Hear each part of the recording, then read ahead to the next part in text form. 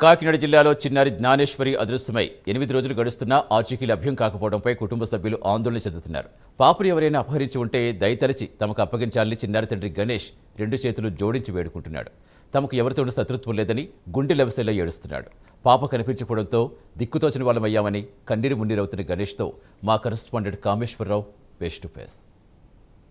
కాకినాడ జిల్లా తుని మండలం దొండవాక గ్రామం సంబంధించి సిహెచ్ అగ్రహారం పాప మిస్సింగ్ కేసు 8 రోజులు గడుస్తున్నా కూడా ఎటువంటి పురోగతి లేదు. దానికి సంబంధించి అయితే మాత్రం పాప తండ్రి మనతో పాటు ఉన్నారో వారితో మాట్లాడే ప్రయత్నం చేద్దాం. చెప్పమ్మా, ఏంటి పాప మిస్ అయింది?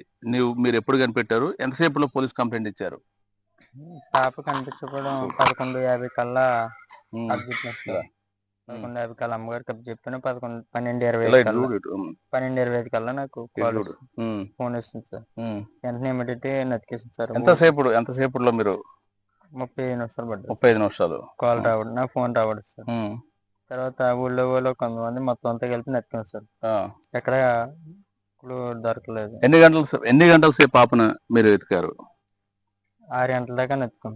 తర్వాత పోలీస్ కంప్లైంట్ వెంటనే 10 నిమిషాలు రెస్పాన్స్ తీసుకొని ఇమీడియట్ గా వచ్చి డ్రోన్ లైవ్ వదిలి చాలా ఎంక్వైరీ చేసి అయినా సరే అదికి దొరకదు.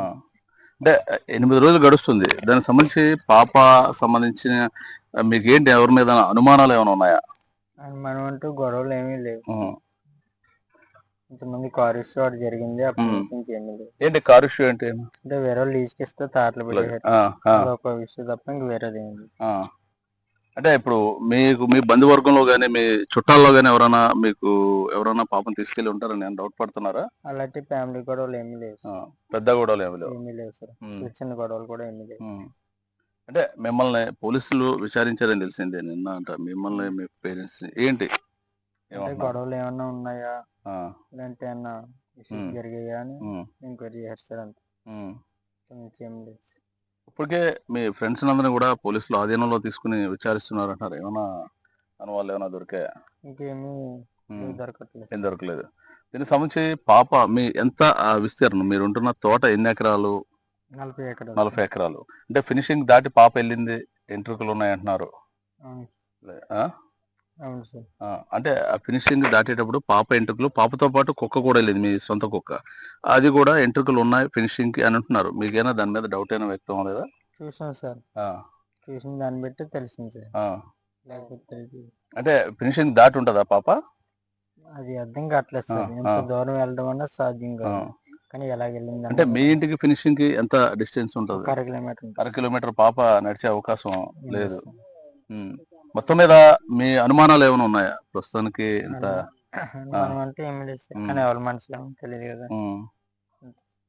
అంటే పాప సేఫ్ గా రావాలని అందరం కోరుకుంటున్నాం. ఎక్కడన్నా ఉందన్న ధైర్యం పాప ఉంది. ఎందుకంటే 5 నిమిషాలు కూడా వదిలి ఉండలేదు సార్.